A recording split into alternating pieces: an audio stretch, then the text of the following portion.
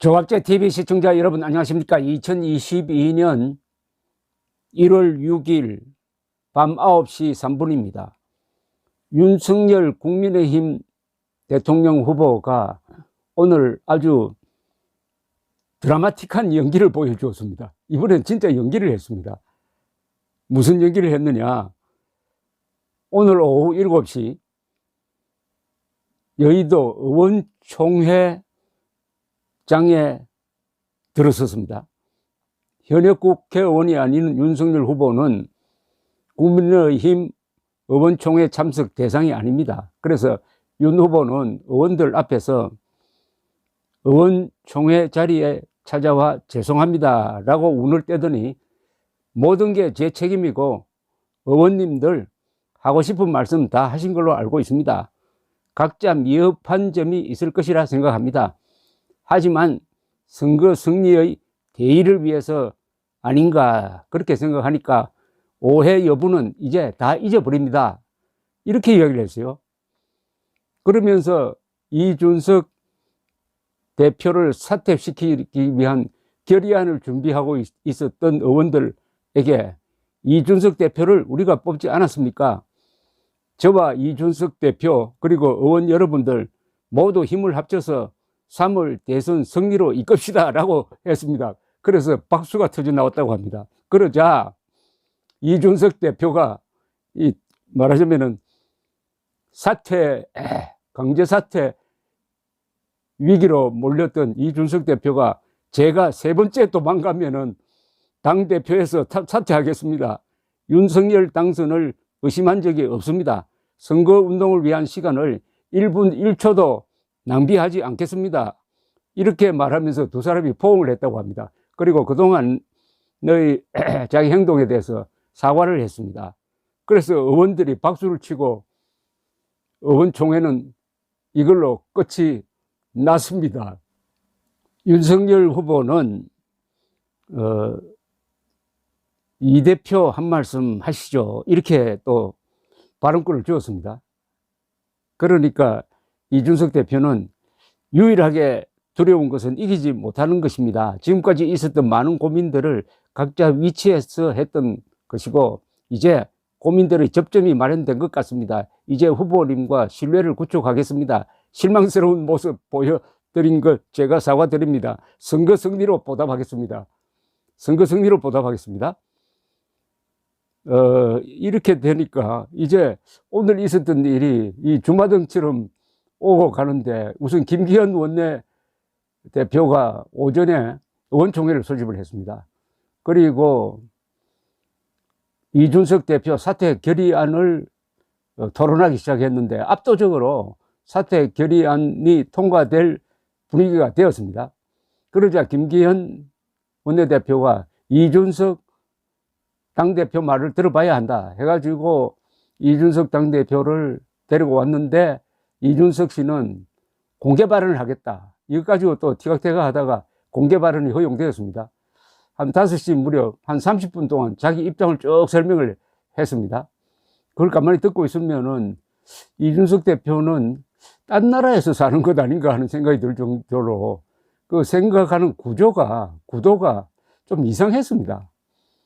자기 변명으로 일관했는데 저래 가지고 뭐가 되겠느냐. 어차피 국회의원들이 사퇴 결의안을 통과시키고 말겠구나 했습니다. 그 다음에 비공개 회의로 전환해가지고 아주 국회의원들로부터 많은 공격을 받았을 것으로 생각합니다. 그것은 비공개니까.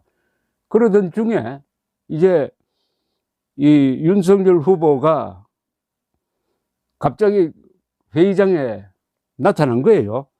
그래서 윤석열 후보가 그러니까 이준석 때 국회의원들 사이에 공방전을 다 무효화시켜버리고 화해로 가는 극적 제스처를 쓰니까 아마 이준석 대표도 상당히 당황하고 한편으로는 고맙게 생각한 것 같기도 합니다. 그러니까 그동안 심려를 끼쳐서 죄송하다. 앞으로 선거 승리로서 보답하겠다. 이런 덕담을 했습니다.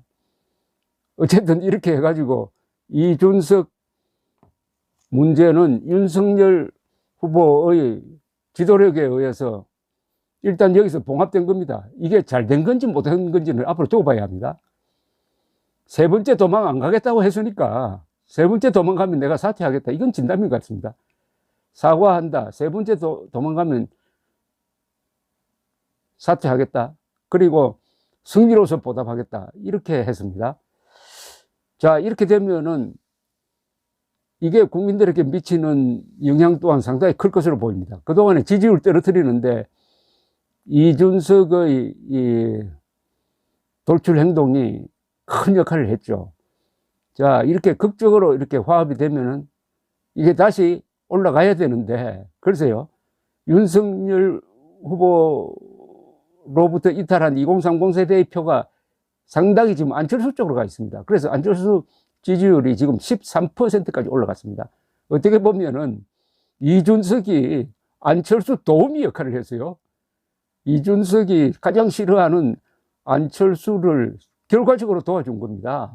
이렇게 해서 이제는 단일화 없이는 이길 수 없다 하는 구도가 딱 형성이 되었습니다. 그래서 이준석이 제 역할을 하겠다고 하면서 또 안철수와의 단일화를 막으면은 윤석열 후보가 어떻게 할지, 그건 뭐 윤석열 후보가 뭐 용서해주는 식으로 이렇게 마무리를 했으니까 이준석에 대해서 통제력을 가질 것이고, 이준석도 이제 혼이 한번 났고, 더구나 자기의 후견 세력인 김종인이 빠져버렸으니까 이제 당내에서도 외롭게 돼서 이제는 더 목리를 부리지 못할 것이라고 보입니다. 그동안 이 윤석열 후보는 참 답답할 정도로 이준석에 대해서 말을 아꼈습니다. 공개적으로 싫은 말 한 번도 안 했습니다. 그건 도가 트인 사람 아니냐, 속이 없는 사람이냐. 참고 참다가 오늘 마지막에 이런 식으로 극적 제스처를 쓴 것은 나름대로 결과에 따라서 따라지겠지만은 현재로서는 평가할 만하다고 생각합니다. 꼭 이준석을 몰아내려면은 이 사퇴 결의안에다가 뭐 또 최고위원 전원 사퇴에다가 무슨 또 회의 소집하고 하는, 또는 당무 우선권이라는 걸 발동을 한다든지 해가지고 계속 말썽이 이어갔을 텐데, 그러다가는 너무 시간을 끈다 해서 본인이 양보하면서 용서하는 식으로 극적 마무리를 했습니다.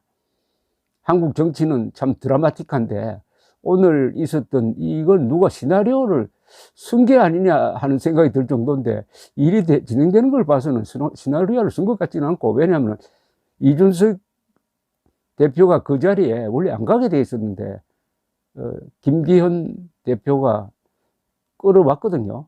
와서 거기서 발언을 하도록 기회를 줬는데 그 자리에 윤석열 대표 후보가 나타나서 총괄적으로 마무리하고 한 걸 보면은 시나리오를 써도 이건 아주 잘 쓴 시나리오고, 이런 연기는 윤석열 후보가 잘한 거라고 생각합니다. 감사합니다.